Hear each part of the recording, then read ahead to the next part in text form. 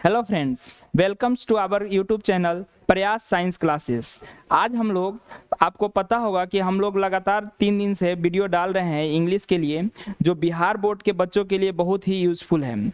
आज हम लोग इंग्लिश में एक चैप्टर आगे की ओर ग्रामर का पोर्शन स्टार्ट कर रहे हैं, जिसमें पहला इंट्रोडक्शन क्लास है। ग्रामर क्या क्या कैसे कैसे पढ़ना चाहिए, इसके लिए थोड़ा सा इंट्रोडक्शन दे रहे हैं। तो आपको जैसा हमने वादा किया था कि आपको इंग्लिश सिखा के छोड़ना है, तो हमने ABCD से आपके लिए व्यवस्था किया है। ABCD से इंग्लिश सीखना है, ABCD से Z तक का पूरा लेटर सिखाएंगे। फिर इंग्लिश में किस तरह से वर्ड फॉर्मेशन होता है, कैसे ग्रामर आगे बढ़ता है, क्या इंग्लिश लैंग्वेज है, क्या ग्रामर है, इनके बारे में भी आपको हम बताएंगे। तो चलिए आज बात करते हैं इंग्लिश के कुछ खास टॉपिक के बारे में। चलिए तो देखते हैं क्या कर सकते हैं इंग्लिश में। इंग्लिश के बात करते हैं कि क्या इंग्लिश में लिख सकते हैं। चलिए बात करें तो इंग्लिश का जो बिगिनिंग होता है, इंग्लिश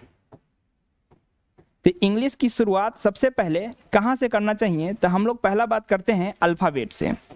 ठीक है, आप जानिएगा कि अल्फ़ाबेट क्या होता है। तो इंग्लिश में कंडीशन ये है कि इंग्लिश के पास 449 AD तक, 449 AD तक, 449 AD तक इंग्लिश का अपना कोई अल्फ़ाबेट नहीं था। कहने का सेंस है 449 AD में ही इंग्लिश अस्तित्व में आया। उससे पहले लोग इंग्लिश भाषा में नहीं बात करते थे। उस समय जो भाषाएं थी वो स्पेनिश, फ्रेंच, लैटिन, ग्रीक, ये भाषा में बोला जाता था। जैसे हम कह सकते हैं कि भाषा जो है, इंग्लिश में जो भाषा लैंग्वेज आया हुआ है, वो जनरली स्पेनिश से, फ्रेंच से, ग्रीक से, लैटिन से, इन भाषाओं से जो इनका अल्फ़ाबेट लिया गया हुआ है। तो इंग्लिश अल्फ़ाबेट जो होता है, इसमें लेटर की संख्या अगर बात करें तो इसमें लेटर होते हैं, टोटल लेटर्स जो होते हैं वो होते हैं 26 लेटर्स। कितने लेटर्स होते हैं? 26 लेटर्स होते हैं इंग्लिश अल्फ़ाबेट में। और इस अल्फ़ाबेट को लिखने का 2 तरीका होता है। एक होता है जिसको हम लोग बोलते हैं स्मॉल लेटर। ठीक है, कौन सा? स्मॉल लेटर, ध्यान रखेंगे। एक होता है स्मॉल लेटर्स और एक होता है कैपिटल लेटर्स। ठीक है, कैपिटल लेटर्स। तो 2 तरीका से इंग्लिश में अल्फ़ाबेट लिखे जाते हैं, स्मॉल लेटर में और कैपिटल लेटर में।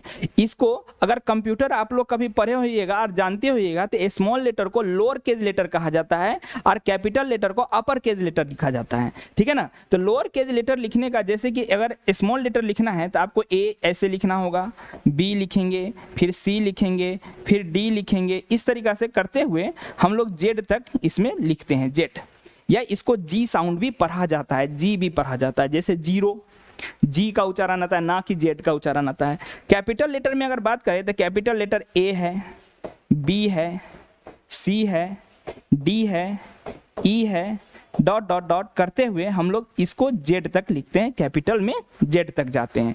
इस तरीका से अगर इंग्लिश में देखा जाए तो हम लोग इतने लेटर्स के बारे में, यानी कि 26 लेटर यहाँ है स्मॉल में और 26 लेटर कैपिटल में। लेकिन ऐसा नहीं कहिएगा कि 26 हो गया 52 लेटर्स, ऐसा नहीं। इंग्लिश का 26 लेटर ही है, 26 लेटर ही है। लिखने का 2 तरीका है, इसको दिखाने का 2 तरीका है, एक स्मॉल लेटर में और एक कैपिटल लेटर में। चलिए तो हम लोग थोड़ा सा इंग्लिश अल्फ़ाबेट के बारे में बात करते हैं। तो इंग्लिश अल्फ़ाबेट को एडॉप्ट किया गया हुआ है। एडॉप्ट मतलब कहाँ से लिया गया है? एडॉप्टेड है ना, फ्रॉम, समझते हैं, adopted from Roman alphabet. Roman alphabet कहाँ से लिया गया है? रोमन अल्फ़ाबेट से लिया गया है। ठीक है ना। इंग्लिश अल्फ़ाबेट को कहाँ से लिया गया है? रोमन अल्फ़ाबेट से लिया गया है। So English alphabet, English alphabet is also called Roman alphabet. इसको क्या कहा जाता है? रोमन अल्फ़ाबेट भी कहा जाता है। क्या कहा जाता है? रोमन अल्फ़ाबेट भी इसको कहा जाता है। ठीक है, इंग्लिश अल्फ़ाबेट को ही रोमन अल्फ़ाबेट कहा जाता है। ठीक है ना, बात समझ गए कि रोमन अल्फ़ाबेट किसको कहा जाता है? तो इंग्लिश के अल्फ़ाबेट को ही रोमन अल्फ़ाबेट कहा जाता है। ठीक है, अगर हम लोग बात करें अगर हम लोग बात करें अल्फा एडॉप्टेड का, हम एडॉप्टेड मतलब इसको लिया कहाँ से गया है, कहाँ से इसको उठाया गया है। तो एडॉप्टेड मतलब होता है लेना या इसको कहाँ से लाया गया है। तो लाया गया है, कहाँ से लाया गया है, तो लाया गया कहाँ से, एडॉप्ट मतलब होता है मतलब कि किसी को गोद लेना, रख लेना, अपने पास रख लेना। तो इस तरह को एडॉप्टेड कहा जाता है। तो adopted from Roman alphabet, Roman alphabet से इंग्लिश अल्फाबेट को लिया गया हुआ है। ठीक है, अगर आप लोग लिखते रहेंगे, साथ साथ नोट्स बनाते रहेंगे, तो आपका एक अच्छा नोट्स भी तैयार हो जाएगा। तो हो सके तो इस चीज़ को नोट भी करिएगा। ठीक है, जितना हो सके इसको वीडियो को पॉज करके आप नोट भी कर सकते हैं, कहीं पर रोक करके, वीडियो रोक करके आप इस सब चीज़ को नोट भी कर सकते हैं। ये सब आपके जनरल नॉलेज के भी काम आएंगे। कभी इंग्लिश पढ़िएगा, इन द फ्यूचर आप कभी लिटरेचर पढ़ने का मन हुआ, हिस्ट्री पढ़ने का मन हुआ, तो उसमें भी आपको ये सारे काम आएंगे। ठीक है, अगर हम लोग बात करें कि रोमन अल्फाबेट जो है, ये रोमन अल्फाबेट, ये रोमन अल्फाबेट, ये रोमन अल्फाबेट जो लिख रहे हैं, समझना है एक बार कि रोमन अल्फाबेट इंग्लिश भाषा को लिया गया है रोमन अल्फाबेट से। इस कारण से जब भी आप क्वेश्चन आंसर लिखेंगे, तो इंग्लिश में जब आप आंसर लिख रहे होंगे, तो आपका स्क्रिप्ट बनता है। क्या बनता है? स्क्रिप्ट। स्क्रिप्ट का मतलब होता है लेखन प्रणाली। क्या होता है? लेखन प्रणाली। समझिएगा, लेखन प्रणाली। तो इस कारण से जब भी आप इंग्लिश लिखेंगे, तो आपकी लिखने की प्रणाली क्या होगी? रोमन होगी। क्या होगी? रोमन लिपि में लिखेंगे। इसको लिपि भी कहा जाता है। स्क्रिप्ट मतलब लेखन प्रणाली भी होता है और इसको लिपि भी कहा जाता है। जैसे अगर हिंदी में लिखेंगे तो आपकी देवनागरी लिपि होती है, और इंग्लिश में कभी आंसर लिखेंगे तो आपका स्क्रिप्ट क्या होगा? रोमन होगा। क्लियर बात? इतना बात समझ में आया? चलिए हम लोग चलते हैं फिर से अपने स्लाइड की तरफ और देखते हैं स्लाइड पे क्या था। तो हमने आपको बताया अल्फाबेट क्या होता है। अल्फाबेट में 26 लेटर होता है। रोमन अल्फाबेट किसको कहा जाता है? रोमन अल्फाबेट कहने का मतलब इंग्लिश अल्फाबेट का ओरिजिनल नाम रोमन अल्फाबेट ही होता है। ये बात समझे? चलिए आगे चलते हैं। यहाँ पर कुछ बात लिखे हैं, इसको समझिएगा कि किस क्या लिखे हैं इसमें हम।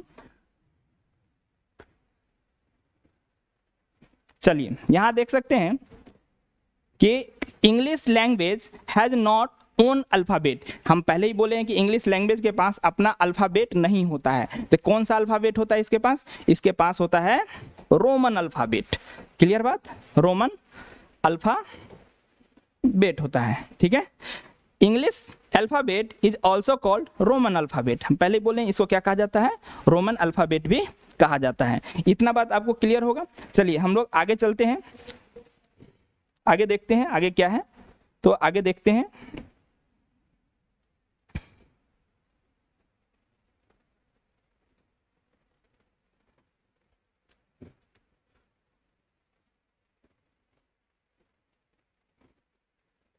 Next slide, next slide.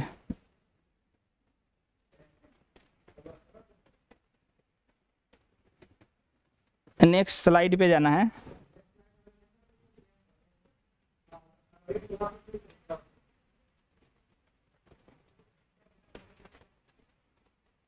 चलिए लैंग्वेज एंड ग्रामर के बारे में बात कर लेते हैं थोड़ा सा, कि लैंग्वेज क्या होता है और ग्रामर क्या होता है।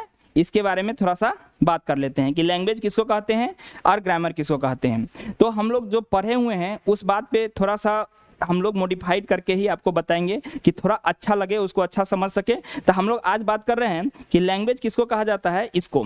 तो यहाँ ध्यान देंगे कि लैंग्वेज क्या होता है। पहला वर्ड कि लैंग्वेज क्या होता है। लैंग्वेज, लैंग्वेज को अगर हिंदी में कहा जाए तो लैंग्वेज का मतलब होता है भाषा। क्या होता है? भाषा।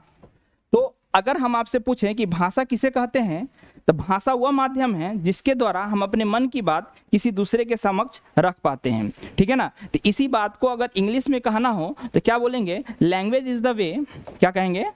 Language, language is the way, is the way that help us to express our thought and feelings। ठीक है, थॉट एंड फीलिंग्स को डिफाइन करने के लिए हम लोग लैंग्वेज का यूज करते हैं। तो यहाँ पर कुछ शब्द है, जैसे समझ लेते हैं कौन कौन सा शब्द है। तो ये थॉट, इस थॉट का मतलब होता है THOUGHT, थॉट है। थॉट का मतलब होता है विचार। क्या होता है ये जानते रहिएगा, इसका मतलब होता है विचार। फीलिंग्स, फीलिंग मतलब होता है ना, एहसास, जो फील करते हैं, ठीक है ना। महसूस करना, महसूस करना, फीलिंग मतलब होता है महसूस करना, महसूस करना, महसूस करना या एहसास कह सकते हैं इसको, एक प्रकार का फीलिंग है ना। जो थॉट एंड फीलिंग को एक्सप्रेस करे उसको भाषा कहा जाता है। तो आपको एक बात जानना चाहिए कि ग्रामर और लैंग्वेज में अंतर होता है। पहले किसी भी चीज में भाषा का डेवलपमेंट होता है, तब जाके ग्रामर बनता है उसका। अगर ऐसे हम बोलें कि भाषा का ग्रामर से कोई लेना देना नहीं है। इमेजिन कीजिए कि हम लोग आज यहाँ इंग्लिश सीखने के लिए आए हैं, इंग्लिश सीख रहे हैं। एक बात बताइए, क्या ब्रिटेन जैसे देश में जो इंग्लिश बोलते हैं वहाँ अनपढ़ आदमी नहीं होंगे? तो उनकी भाषाएं क्या होगी? क्या वो ग्रामर जानते होंगे? देखिए, वहाँ अनपढ़ आदमी होंगे लेकिन उनकी भाषा भी इंग्लिश ही होगा। उनकी भाषा क्या होगी? उनकी भाषा होगी इंग्लिश। लेकिन उनकी भाषा इंग्लिश होने के बावजूद भी उनको ग्रामर का नॉलेज नहीं होगा, उनको ग्रामर का नॉलेज नहीं होगा। ठीक है, बात समझ रहे हैं? उनको ग्रामर का नॉलेज नहीं होगा, लेकिन वो कहलाएंगे क्या? वो भाषा बोल रहे होंगे इंग्लिश। समझ रहे हैं? तो इंग्लिश भाषा बोल रहे होंगे, तो दैट मीन्स हम एक बात कह सकते हैं कि लैंग्वेज पर ग्रामर का कोई असर नहीं पड़ता है। लैंग्वेज अलग है और भाषा ग्रामर अलग है। लैंग्वेज अलग, ग्रामर अलग। बात समझ में आ रहा है कि लैंग्वेज अलग और ग्रामर अलग। कहे कि ग्रामर एक एफर्टफुल काम होता है जिसको सीखना पड़ता है, जिसमें बहुत सारे रूल्स होते हैं। जैसे मैथ बनाना सीखना पड़ता है, लेकिन दुकान पर सामान बेचना कोई सीखने की जरूरत नहीं होती है। ठीक है,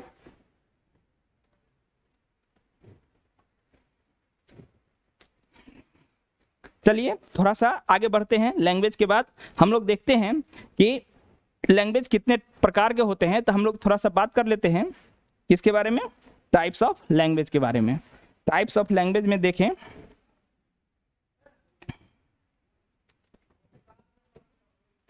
टाइप्स ऑफ लैंग्वेज, अगर समझ के आधार पे बोले, ठीक है ना, समझ के आधार पे बोले कि हम लोग जो समझ सकते हैं, तो तीन प्रकार का भाषा समझते हैं। एक होता है स्पोकन, जैसे हम लोग कभी कोई चीज बोलते हैं तो स्पोकन लैंग्वेज का यूज करते हैं। इससे यानी कि मतलब होता है बोलकर। क्या होता है? बोलकर। ठीक है ना। दूसरा अगर बात करें तो हमारे पास होता है रिटेन।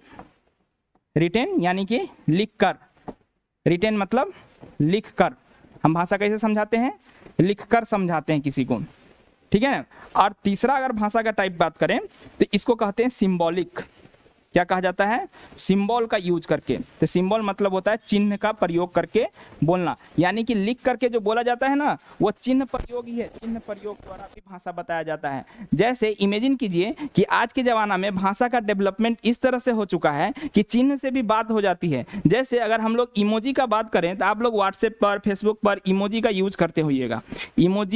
इमोजी का यूज करते होइएगा। और ये इमोजी जो होता है एक प्रकार का कम्युनिकेशन का ही तरीका है। तो हम कह सकते हैं ये भी क्या है? एक प्रकार का भाषा का ही स्वरूप है। हंसी खुशी के लिए ये रहता है, दुखी होने के लिए क्या रहता है? इसे दुख होता है तो इसमें ऐसे करके इसमें से आंसू टपका दिया जाता है, इसे आंसू टपका दिया जाता है, तो ये दुखी का सिंबल हो जाता है। तो इससे क्या पता चलता है कि हम लोग सिंबल का प्रयोग करके भी भाषा का यूज करते हैं, लैंग्वेज का प्रयोग करते हैं। आप जैसे देखते होइएगा ट्रैफिक में लाल बत्ती जलने का मतलब होता है रुक जाना, तो वहां पर किसका प्रयोग हो रहा है? सिंबल का प्रयोग हो रहा है। इसमें किसी भी प्रकार की ग्रामर की आवश्यकता नहीं होती है। भाषा जब बोलते हैं यानी स्पोकन करते हैं और रिटेन यानी लिखते हैं, तो इन दोनों में अगर देखा जाए तो स्पोकन में भी ग्रामर की उतनी आवश्यकता नहीं होती है। सबसे ज्यादा आवश्यकता कहाँ होती है? जब हम लोग कोई चीज को लिख रहे होते हैं। तो एग्जाम में तो हमको बोलना नहीं है, सिंबल नहीं देना है, लिखना है। तो दैट मीन्स हमको ग्रामर का यूज आना चाहिए। तो ग्रामर का ये तीन रूप होता है, यानी कि लैंग्वेज का तीन रूप होता है, जिसको कहते हैं स्पोकन, रिटेन एंड सिंबॉलिक, या सिंबल फॉर्म में भी हम लोग ग्रामर का यानी कि लैंग्वेज का यूज करते हैं। अगला तीसरा बात करते हैं कि लैंग्वेज को जो बनावट है, बनने के हिसाब से लैंग्वेज का दो रूप होता है। समझते हैं कि लैंग्वेज का दो रूप कौन कौन सा होता है। जैसे यहाँ पे बोल रहे हैं लैंग्वेज, लैंग्वेज का मतलब भाषा, पहले भी बात कर चुके हैं। लैंग्वेज का मतलब होता है भाषा, और भाषा को लिखने के तरीका से, बताने के तरीका से दो तरीका का लैंग्वेज होता है। एक होता है जिसको हम लोग कहते हैं क्लासिकल लैंग्वेज। कौन सा लैंग्वेज कहते हैं? Classical, classical language, classical language. अब बात होगा कि सर क्लासिकल लैंग्वेज कहते किसको हैं, तो आप सुनिए, क्लासिकल लैंग्वेज जस्ट इमेजिन कि आप डांस फॉर्म के बारे में इमेजिन करते हैं, जैसे कि भारतनाट्यम, कथक, है ना, ओडिसी, ये सारे डांस का जो फॉर्म है जो हमारे देश में अवेलेबल है, उसको हम लोग कहते हैं क्लासिकल डांस। और इसी डांस में बॉलीवुड का स्टाइल मिला देते हैं, हिप हॉप, फलाना, कौन रॉक, ये सब जो मिला देते हैं तो वो हो जाता है डांस का अलग फॉर्म, बदला हुआ फॉर्म। यानी कि जो ट्रेडिशनली चला आ रहा है ऐसे चीजों को हम लोग क्लासिकल कहते हैं, जैसे क्लासिकल डांस, क्लासिकल म्यूजिक। उसी तरह क्लासिकल लैंग्वेज भी होता है। क्या होता है? Classical language. क्लासिकल लैंग्वेज में अगर हम लोग बात करें तो क्लासिकल लैंग्वेज में कौन कौन सा लैंग्वेज आता है, जैसे कि संस्कृत एक क्लासिकल लैंग्वेज है। संस्कृत कौन सा भाषा? संस्कृत, ठीक है ना। ग्रीक कौन सा भाषा? ग्रीक, क्लासिकल लैंग्वेज है, ठीक है ना। फ्रेंच, ठीक है।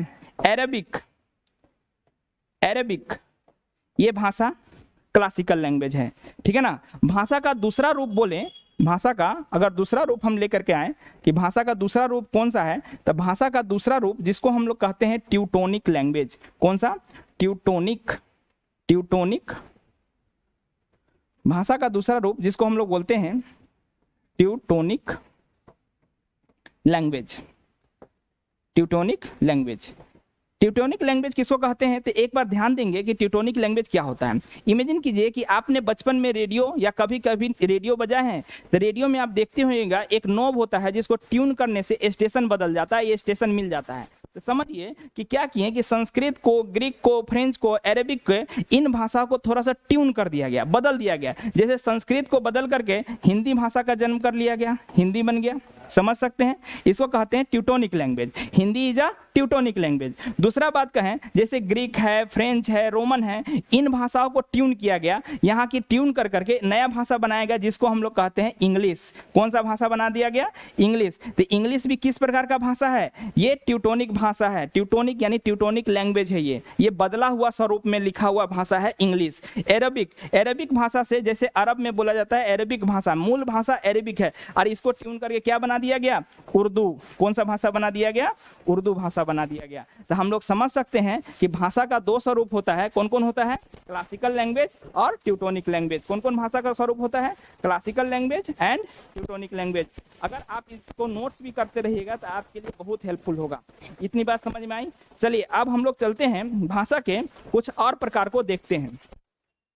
लैंग्वेज में इतना बात समझने के बाद हमारे पास एक चीज आता है कि ग्रामर क्या होता है, ठीक है। तो हम लोग बात करते हैं ग्रामर के बारे में, ठीक है। तो ग्रामर क्या होता है इसके बारे में थोड़ा सा देख लेते हैं कि ग्रामर, सबसे पहला बात कि ये जो शब्द लिखा हुआ है ग्रामर, इसको पढ़ा भी ग्रामर ही जाता है।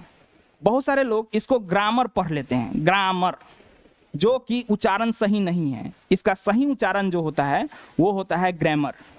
आज से याद रखेंगे, इसका सही उच्चारण ग्रामर ही होता है, ठीक है ना। और स्पेलिंग में ER का प्रयोग नहीं किया जाता है। अगर टाइपिंग में मिस्टेक होगा तो बात अलग है। समझ में आना चाहिए कि इसका स्पेलिंग जो होता है GRAMMAR होता है। याद रखेंगे इसका स्पेलिंग क्या होता है? ग्रामर। और पढ़ते क्या है इसको? ग्रामर, ठीक है। याद रखना है कि आज से ग्रामर नहीं पढ़िएगा, इसको ग्रामर पढ़िएगा, सही उच्चारण यही होता है, ठीक है।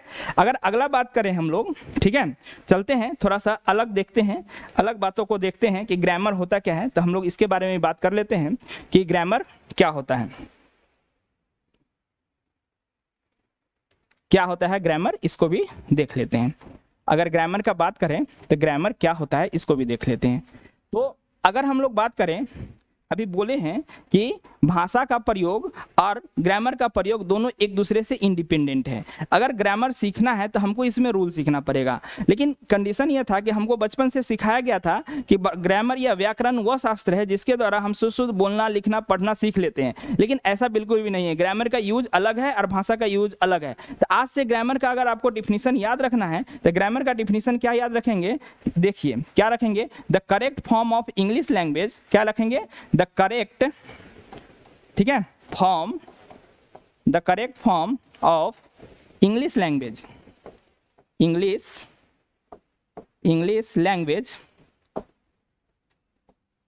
Language is called grammar, is called grammar, उसको क्या कहा जाता है, ग्रामर कहा जाता है। The correct form of English language is called grammar.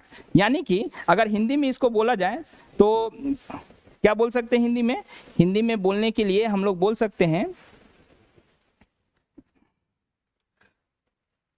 Grammar, ऐसे बोल सकते हैं व्याकरण, ग्रामर को हिंदी में व्याकरण बोला जाता है। व्याकरण भाषा के शुद्ध स्वरूप के ज्ञान को कहा जाता है। भाषा के शुद्ध स्वरूप, किसके शुद्ध स्वरूप, शुद्ध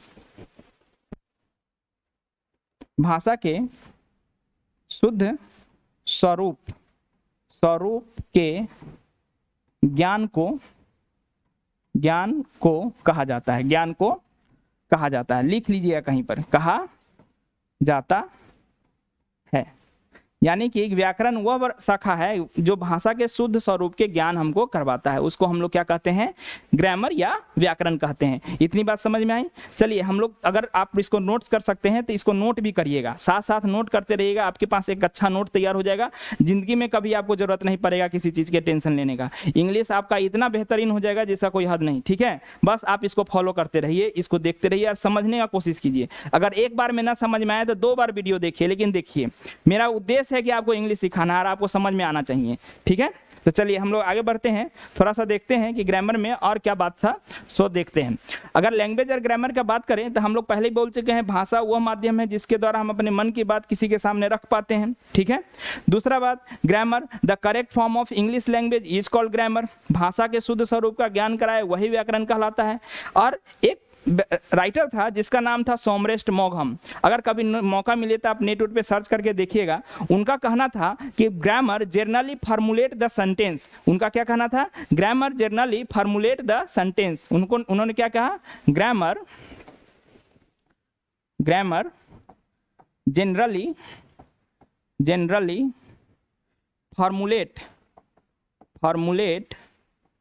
फॉर्मुलेट द सेंटेंस। क्या बताया उन्होंने कि ग्रामर जो होता है वो सेंटेंस को फॉर्मुलेट द सेंटेंस, ठीक है। ग्रामर का काम क्या होता है, सेंटेंस को फॉर्मुलेट कर देने के लिए। जस्ट इमेजिन अगर आप एक फार्मूला पढ़िएगा मैथ्स में, तो मैथ्स का एक फार्मूला का क्या काम होता है कि अलग अलग चीज़ों पर भी वही एप्लीकेबल हो। तो ग्रामर में भी ठीक उसी तरह अगर आप कोई चीज़ पढ़ लेते हैं तो उस रूल पर बहुत सारे चीज़ों को आप क्रिएट कर सकते हैं, बना सकते हैं। बात समझ में आई। चलिए तो हम लोग आगे बढ़ते हैं, इस तरह से नोट्स बनाते हुए चलिएगा, आपके लिए बहुत बेनिफिशियल होगा, इसलिए हम कह रहे हैं बार बार कि नोट्स जरूर बनाइएगा। चलिए हम लोग देखते हैं अगला क्या कर सकते हैं, अगला क्या है उस पर ध्यान देते हैं। अगला है कि टाइप्स ऑफ ग्रामर के बारे में। चलिए तो टाइप्स ऑफ ग्रामर में अगर हम लोग बात करें कि टाइप्स ऑफ ग्रामर में क्या क्या टाइप्स है, तो हम लोग देखते हैं ग्रामर का क्लासिफिकेशन है ना। क्लासिफिकेशन ऑफ ग्रामर जो है वो किया गया है, तो देखते हैं हम लोग क्लासिफिकेशन ऑफ ग्रामर क्या है। क्लासिफिकेशन ऑफ ग्रामर, ग्रामर का क्या क्लासिफिकेशन है इसको भी देख लेते हैं। तो क्लासिफिकेशन ऑफ ग्रामर में देखेंगे तो इनका 2 तरह का क्लासिफिकेशन है। एक तो ओल्ड क्लासिफिकेशन है। ओल्ड क्लासिफिकेशन में देखेंगे तो इनके 5 टाइप्स हैं, 5 टाइप्स है। पहला टाइप्स को कहा जाता है ऑर्थोग्राफी। क्या कहा जाता है, ऑर्थोग्राफी। क्या कहा जाता है, ऑर्थोग्राफी। दूसरा टाइप्स है जिसको कहा जाता है इटिमोलॉजी। क्या कहा जाता है, इटिमोलॉजी, ठीक है ना। तीसरा टाइप है जिसको हम लोग कहते हैं सिंटैक्स। क्या कहा जाता है, सिंटैक्स। अब ये क्या होता है इनके बारे में भी हम आपको डिटेल करेंगे। चौथा जो होता है उसको कहते हैं पंचुएशन। पंचुएशन, क्या कहा जाता है? पंचुएशन। और पांचवा जो टाइप्स होता है उसको कहा जाता है प्रोसोडी। क्या कहा जाता है? प्रोसोडी। ठीक है ना। ये 5 टाइप्स के ग्रामर है जो कहा जाता है ओल्ड क्लासिफिकेशन ऑफ ग्रामर। आप इसको नोट भी करिएगा, बहुत जरूरी है। Orthography, etymology, syntax, punctuation and prosody. आप मेरे साथ चाहें तो बोल भी सकते हैं। Old classification of grammar, there are 5 types of grammar, orthography, etymology, syntax, ठीक है, पंचुएशन एंड प्रोसोडी। कितने हैं? 5 टाइप्स के ग्रामर होते थे। ठीक है, किस टाइम में होते थे? तो ओल्ड पीरियड में जब ग्रामर पढ़ाया जाता था तो इन 5 टाइप्स के ग्रामर को पढ़ाया जाता था। आज के समय में देखेंगे तो आज के समय में इनका स्वरूप थोड़ा बदला हुआ है। तो हम लोग देखते हैं कि ऑर्थोग्राफी को अगर हम लोग बात करें, ऑर्थोग्राफी को हिंदी में कहा जाता है, समझिएगा, ऑर्थोग्राफी को हिंदी में कहा जाता है, इसको कहा जाता है वर्ण विचार। पढ़े होइएगा आप, क्या कहा जाता है? वर्ण विचार, लिखते चलिएगा। दूसरा है इटिमोलॉजी, जो हम लोग वहां पे अभी बताए भी थे, यहाँ भी लिखे हुए हैं, आप इसके माध्यम से भी देख सकते हैं। इटिमोलॉजी को कहा जाता है शब्द विचार। क्या कहा जाता है? शब्द विचार। हम लोग इसके हेल्प से तरह तरह वर्ण सीखते हैं। कैसे? जैसे कि हिंदी में सीखते हैं क ख ग, उस तरह से इंग्लिश में भी अल्फाबेट में जैसे हमका इसका सही उच्चारण क्या होगा, इन सारे के अल्टरेशन प्लेस क्या होगा, इन सब चीज के बारे में हमको ऑर्थोग्राफी बताता है। ठीक है। इटिमोलॉजी को कहा जाता है शब्द विचार। क्या कहा जाता है? शब्द विचार। ठीक है ना। क्या? वर्णों के सार्थक मेल से शब्द का निर्माण होता है। वर्ण जब मिलेगा तो शब्द बनाएगा, सही शब्द बनेगा। तो शब्द विचार, इसमें हम लोग रूट वर्ड सीखते हैं। ठीक है। इन द फ्यूचर अगर कभी मौका मिला तो हम आपको रूट वर्ड से सेंटेंस बनाना सिखाएंगे, वर्ड बनाना सिखाएंगे। मतलब एक रूट वर्ड याद कर लीजिए, उससे अनेकों शब्द बना सकते हैं। जैसे एक रूट वर्ड हम आपको बताते हैं, एक कहा जाता है ईगो। क्या होता है? ईगो। ईगो मतलब होता है मैं, इसको कहा जाता है माई सेल्फ। ऐसे समझिए, ईगो का मतलब होता है माई सेल्फ। जैसे ईगो से ईगोइज्म बन जाएगा, ईगो सेंट्रिक बन जाएगा, ईगोमेनिक बन जाएगा, अल्टर ईगो बन जाएगा। मतलब एक ईगो से कितना सारा सेंटेंस बन सकता है। सुपर ईगो बन जाएगा, बहुत सारा वर्ड बन जाता है। लेकिन कंडीशन क्या है? इसको हिंदी में कहा जाता है मैं। कोई व्यक्ति जब खुद के लिए यूज कर रहा होता है तो ऐसे शब्द को ईगो कहा जाता है। ठीक है ना। कहाँ से लिया गया है? तो रूट वर्ड है, ये ग्रीक से लिया गया हुआ है। इस रूट वर्ड से अनेक शब्दों का निर्माण हो जाता है। इसी चीज को हम लोग इटिमोलॉजी में पढ़ते हैं। अगला चीज है जिसको हम लोग कहते हैं सिंटैक्स। सिंटैक्स को हिंदी में कहा जाता है वाक्य विन्यास। वाक्य विचार नहीं कहा जाता है, इसको कहा जाता है वाक्य विन्यास। क्या कहा जाता है? वाक्य विन्यास।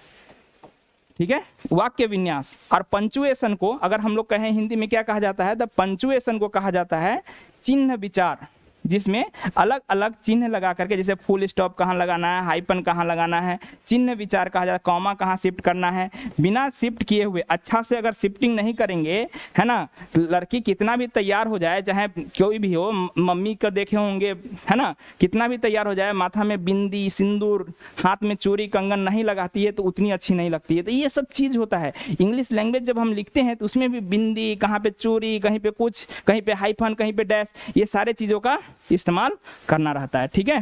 तो इसको कहा जाता है चिन्ह विचार।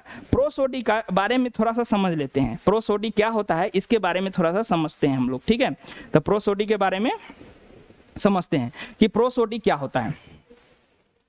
प्रोसोडी, तो प्रोसोडी का बात करें तो इसको हिंदी में कहा जाता है छंद विचार। क्या कहा जाता है? छंद विचार। तो आपको पता होना चाहिए, जब भी आप कोई वाक्य पढ़िएगा, कहानी पढ़िएगा, या फिर हिंदी में पढ़िए या इंग्लिश में पढ़िए, तो या तो आप एक स्टेटमेंट पढ़ रहे होंगे या कोई भी 4 लाइन का 2 लाइन का पढ़ रहे होंगे। जैसे कबीर का दोहा ही पढ़ेंगे, तो साईं इतना दीजिए जामे कुटुम समाए, मैं भी भूखा ना रहूं साधु ना भूखा जाए। जब इस तरह का जब आप सेंटेंस पढ़ रहे होते हैं तो आपने किसका प्रयोग किया है? प्रोसोडी का प्रयोग किया है। उसमें एक लाइन, एक स्टेटमेंट 2 लाइन का होता है, 4 लाइन का होता है। जैसे 2 लाइन वाला कपलेट होता है, 4 लाइन वाला होता है स्टेज, 6 लाइन वाला होता है सोनेट्स होता है। मतलब इन सब चीजों को प्रोसोडी में रखा जाता है। प्रोसोडी का देखा जाए तो 2 सेक्शन होता है। एक सेक्शन होता है जिसको प्रोज कहते हैं। क्या कहते हैं? प्रोज, जिसमें हम लोग प्रोज को हम लोग कहते हैं काव्य खंड। क्या कहा जाता है? प्रोज को ही क्या कहा जाता है? काव्य खंड कहते हैं। प्रोज को क्या कहा जाता है? कहानी, काव्य खंड और काव्य खंड, इसको क्या कहा जाता है? काव्य खंड, है ना। और एक तरफ होता है जिसको हम लोग कहते हैं पोएट्री। क्या कहते हैं इसको? पोएट्री, जिसका मतलब होता है ना, वो इसका मतलब होता है पद खंड। पद कहते हैं, गद्य और पद कहा जाता है, पद कहा जाता है इसको। जैसे हम लोग गद्यांश पढ़ते हैं ना, गद्य, गद्य कहते हैं, गद्य, इसको कहा जाता है पद। गद्यांश पढ़ते हैं, गद्य और पद कहा जाता है हिंदी में। ओरिजिनल हिंदी क्या होगा, गद्य और पद ही याद रखिए, काव्य खंड नहीं। ऐसे कहिएगा कि गद्य और पद। काव्य खंड कहने से किसी बड़े बुक का नाम हो जाता है, जैसे कि रामायण एक काव्य है तो महाकाव्य है, इस तरह का बात हो जाएगा। तो गद्य कहा जाता है और पद कहा जाता है। तो प्रोसोडी का दो हिस्सा होता है जिसको कहा जाता है प्रोज एंड पोएट्री। याद रखना है कि प्रोसोडी का दो हिस्सा होता है जिसको कहते हैं प्रोज एंड पोएट्री। आप साथ साथ नोट्स बनाते रहिएगा, ठीक है। चलते हैं आगे हम। अगर देखा जाए इसके बाद देखा जाए तो न्यू टाइप्स ऑफ ग्रामर का बात कर रहे हैं। न्यू टाइप्स में ग्रामर को दो हिस्सा में बांट दिया गया है। कौन सा है, मॉर्फोलॉजी और सिंटैक्स। तो हम लोग बात करते हैं कि न्यू टाइप्स ऑफ ग्रामर का क्या क्या टाइप्स हो सकते हैं। टाइप्स ऑफ ग्रामर है ना, पहले ओल्ड क्लासिफिकेशन देखे थे, ग्रामर का न्यू टाइप्स देखते हैं। ग्रामर का ही न्यू टाइप्स है। कैसा है, ग्रामर का न्यू टाइप्स। इसमें दो टाइप्स के ग्रामर पढ़ते हैं, मात्र दो टाइप्स का। एक होता है जिसको कहते हैं मॉर्फोलॉजी, ठीक है, मॉर्फोलॉजी, ठीक है। और एक होता है जिसको हम लोग कहते हैं सिंटैक्स। क्या कहा जाता है, सिंटैक्स, ठीक है। तो अब यहां पर बात आता है कि सर मॉर्फोलॉजी क्या होगा। ये मॉर्फोलॉजी क्या होता है, this is the study of morpheme. It is study of morpheme. क्या होता है, स्टडी ऑफ मॉर्फीम। तो यहां पर बात उठता है कि ये मॉर्फीम क्या होते हैं। ये मॉर्फीम क्या होते हैं, तो मॉर्फीम कुछ नहीं, ये ऐसे वर्ड होते हैं जो किसी रूट वर्ड से पहले लग करके उनके अर्थ को बदलते हैं। जैसे इसमें तीन तरह के मॉर्फीम के बारे में पढ़ते हैं। कितने तरह का मॉर्फीम पढ़ते हैं, तीन तरह का। पहला मॉर्फीम जो है, तीन तरह का मॉर्फीम है जिसको कहते हैं प्रीफिक्स, नाम भी सुने होइएगा, प्रीफिक्स। दूसरा मॉर्फीम होता है जिसको कहते हैं सफिक्स। क्या कहा जाता है, सफिक्स। दूसरा मॉर्फीम होता है जिसको कहते हैं सफिक्स, ठीक है। और तीसरा मॉर्फीम होता है जिसको हम लोग कहते हैं इनफिक्स। क्या कहा जाता है, इनफिक्स। तो हम लोग थोड़ा सा बात कर लेते हैं इनके बारे में, प्रीफिक्स, सफिक्स और इनफिक्स के बारे में। तो आप लोग इसको नोट करिए, हम थोड़ा देखते हैं कि किसे इस पे क्या कर सकते हैं। तो जैसे देखते हैं, हम लोग बात किए कि ग्रामर का पहला टाइप्स होता है जिसको हम लोग कहते हैं मॉर्फोलॉजी। क्या होता है, मॉर्फोलॉजी, ठीक है ना। मॉर्फोलॉजी का टाइप्स में क्या है, क्या बात किए, मॉर्फीम, स्टडी ऑफ मॉर्फीम। इसको क्या कहते हैं, स्टडी ऑफ मॉर्फीम। मॉर्फीम बात करते हैं, स्टडी ऑफ मॉर्फीम, ठीक है ना। तो मॉर्फीम में हम लोग बात किए प्रीफिक्स। तो पहला बात, प्रीफिक्स में कैसे सेंटेंस पहचान करेंगे, तो प्रीफिक्स किसी शब्द के पहले लगेगा। जैसे कि मान लेते हैं एक वर्ड है काइंड, काइंड मतलब दयालु, लेकिन इससे पहले लगा दिए, जैसे इससे पहले क्या लगा दिए, हम लोग लगा दिए इससे पहले अन, तो क्या बन गया ये, अनकाइंड। समझ में आ रहा है। जैसे हम लोग बात करें कि कैसे प्रीफिक्स लगा करके शब्द बदल गया। जैसे एक वर्ड होता है, समझते हैं, एक वर्ड होता है जिसको बोलते हैं हम लोग ऑनेस्ट। क्या बोलेंगे, ऑनेस्ट, ऑनेस्ट, ठीक है ना। तो इससे पहले हम लोग क्या लगा देंगे, इससे पहले अगर लगा देंगे डिस, तो क्या बन जाएगा, क्या बन जाएगा ये, डिसऑनेस्ट। समझ रहे हैं। तो ये जो शब्द देख रहे हैं अन, डिस, ये सब जो है यही मेरा प्रीफिक्स है। किसी शब्द से पहले लग करके उसके अर्थ को बदल देता है, इसको प्रीफिक्स कहा जाता है। समझ में आया, प्रीफिक्स किसको कहा जाता है। दूसरा चीज देखते हैं, इसी में दूसरा पॉइंट देखते हैं जिसको कहते हैं सफिक्स। क्या है, सफिक्स। दूसरा पॉइंट देखते हैं। दूसरा पॉइंट में अगर बात करें तो हम लोग के पास है सफिक्स। कौन सा है, सफिक्स। तो सफिक्स क्या होता है, ये सफिक्स जो होते हैं ये शब्द के लास्ट में लगता है। जैसे कि अगर मान लेते हैं एक वर्ड है गुड। क्या है, गुड।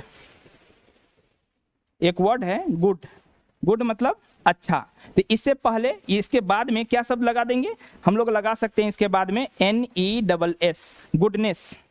क्या बन गया, गुडनेस। अगर एक वर्ड है, मान लेते हैं, जस्ट इमेजिन, मान लेते हैं काइंड, काइंड से बाद में क्या लगा सकते हैं, नेस। तो क्या बन गया ये, काइंडनेस। समझ में आ रहा है। जैसे वर्ड है, समझते हैं, एगो वर्ड और देख लेते हैं। जैसे फ्रेंड, फ्रेंड, इसके बाद लगा दिए शिप। क्या बन गया ये, फ्रेंडशिप, फ्रेंडशिप। चाइल्ड, हुड लगा दिए चाइल्डहुड, समझ में आ रहा है। जैसे वर्ब में जैसे गो रहता है आईएनजी लगा दिए गोइंग, बुक में एस लगा दिए बुक्स। इस तरह से बहुत सारे शब्दों को हम चाहें तो बदल सकते हैं। और किसके प्रयोग से बदल सकते हैं? तो सफिक्स के प्रयोग से बदलते हैं। तो इस तरह तरह के वर्ड लिखे जाते हैं। अगर चौथा बात करें, तीसरा बात था, तीसरा में मेरे पास था इनफिक्स। क्या था? इनफिक्स। तो इनफिक्स किसको कहा जाता है? तो जनरली इंग्लिश में इसका प्रयोग तो है ही नहीं, बिल्कुल भी नहीं है। ग्रामर में इसका प्रयोग बिल्कुल भी नहीं है इनफिक्स का। थोड़ा बहुत प्रयोग आपको डिक्शनरी में शब्दों में किया जाता है, लेकिन आपको एग्जाम्पल के तौर पे हम समझाते हैं। ये जनरली दो अलग अलग शब्दों को जोड़ करके एक नया मीनिंग निकालता है। जैसे अगर हम बात करें, एक शब्द यहाँ देखिएगा, शब्द है एक सिस्टर। क्या नाम है? सिस्टर। समझिएगा, शब्द है सिस्टर और इधर बनाए हुए हैं लॉ, और इन दोनों को कनेक्ट करने के लिए बीच में डाल दिए in law, sister in law. अब इसका मीनिंग ही बदल चुका है। अगर अलग अलग पढ़िएगा तो अलग अलग मीनिंग है। सिस्टर मतलब बहन और लॉ मतलब कानून या नियम होता है, ठीक है ना। लेकिन अगर सिस्टर इन लॉ पढ़ेंगे तो इसका हिंदी में मतलब होता है साली। क्या होता है? साली होता है, ठीक है ना। भाभी होता है, यही लिखा जाता है। साली भाभी ये पढ़ा जाता है, ठीक है। ये अलग हो गया, ठीक है। बात समझ में आ रहा है कि सिस्टर इन लॉ से मतलब बदल गया। जैसे फादर है ना, फादर इन लॉ। तो जनरली इसका इंग्लिश में प्रयोग नहीं है, इंग्लिश में इसका प्रयोग ही नहीं है। डिक्शनरी में कुछ शब्द ऐसे हैं जो इनको मिला करके बनाया जाता है, लेकिन जनरली इंग्लिश में इसका प्रयोग नहीं है। तो मेरे ख्याल से आपको समझ में आया होगा कि ग्रामर का मॉडर्न क्लासिफिकेशन में मॉर्फोलॉजी और सिंटैक्स, सिंटैक्स जिसको वाक्य विन्यास कहा जाता है। तो सिंटैक्स के बारे में हम लोग फिर कभी चर्चा करेंगे। थोड़ा सा आगे बढ़ते हैं, देखते हैं आगे क्या है। आगे देख सकते हैं कि हमारे पास आपके लिए कुछ होमवर्क है जिसको आप करिएगा। ऐसे बेसिक है, थोड़ा सा ज़्यादा भारी नहीं है, आसानी से आप कर सकते हैं। तो कुछ ट्रांसलेशन है, जैसे बनाइएगा, सेंटेंस है, ट्रांसलेशन बनाने के लिए हम आपको होमवर्क देते हैं। जैसे मैं खुश हूँ, क्या होगा? खुश हूँ, ठीक है ना। आप एक किसान हैं, आप एक किसान हैं, किसान है, ठीक है। दूसरा, पहला, दूसरा, तीसरा में देखिए एक सेंटेंस है, वह मेरा भाई है, वह मेरा भाई है। इस तरीक़ा से आप सेंटेंस, है ना, अगर आप ब्रिटिश इंग्लिश ट्रांसलेशन खरीद लेंगे तो उससे आप चैप्टर बना सकते हैं, है ना। और नहीं तो ऐसे वे लोग, ऐसे तो हम बोले हुए हैं कि आपको ट्रांसलेशन का भी प्रैक्टिस करवाएंगे। तो वे लोग मेरे दोस्त हैं, दोस्त हैं, ठीक है। तो मेरा बोला हुआ है कि हम आपको ट्रांसलेशन का भी प्रैक्टिस करवाएंगे। तो इस तरह से सेंटेंस का ट्रांसलेशन का प्रैक्टिस कर सकते हैं। ध्यान रखेंगे, आई को मैं के लिए प्रयोग किया जाता है ना। आप के लिए यू का प्रयोग किया जाता है, आपके लिए किसका प्रयोग करेंगे? यू का प्रयोग करेंगे, ठीक है। वह के लिए ही का प्रयोग करेंगे, वह के लिए ही का प्रयोग करेंगे। और देखें, वे लोग के लिए दे का प्रयोग करेंगे। इसी तरीक़ा से आप सेंटेंस बनाने का कोशिश करेंगे। वे लोग के लिए किसका प्रयोग करेंगे? दे का प्रयोग करेंगे। दे मतलब वे लोग, मैं, यू, ही, दे, इन चारों का ट्रांसलेशन आपको बनाना है। खुद से कोशिश कीजिएगा, अगर मौका मिले तो कमेंट में डाल दीजिएगा, हम आपको बताएंगे कि कहाँ सही कहाँ गलत। ऐसे तो जनरली बहुत आसान सेंटेंस है, कोई भी बना लेगा, बचपन क्लास का ही सेंटेंस है। तो आज के लिए इतना ही रहने देते हैं, फिर मिलते हैं नेक्स्ट वीडियो में। तब तक के लिए अपना ख्याल रखें, अच्छे से रहें, पढ़ाई करते रहें, ठीक है। मिलते हैं अगले क्लास में, बाय बाय।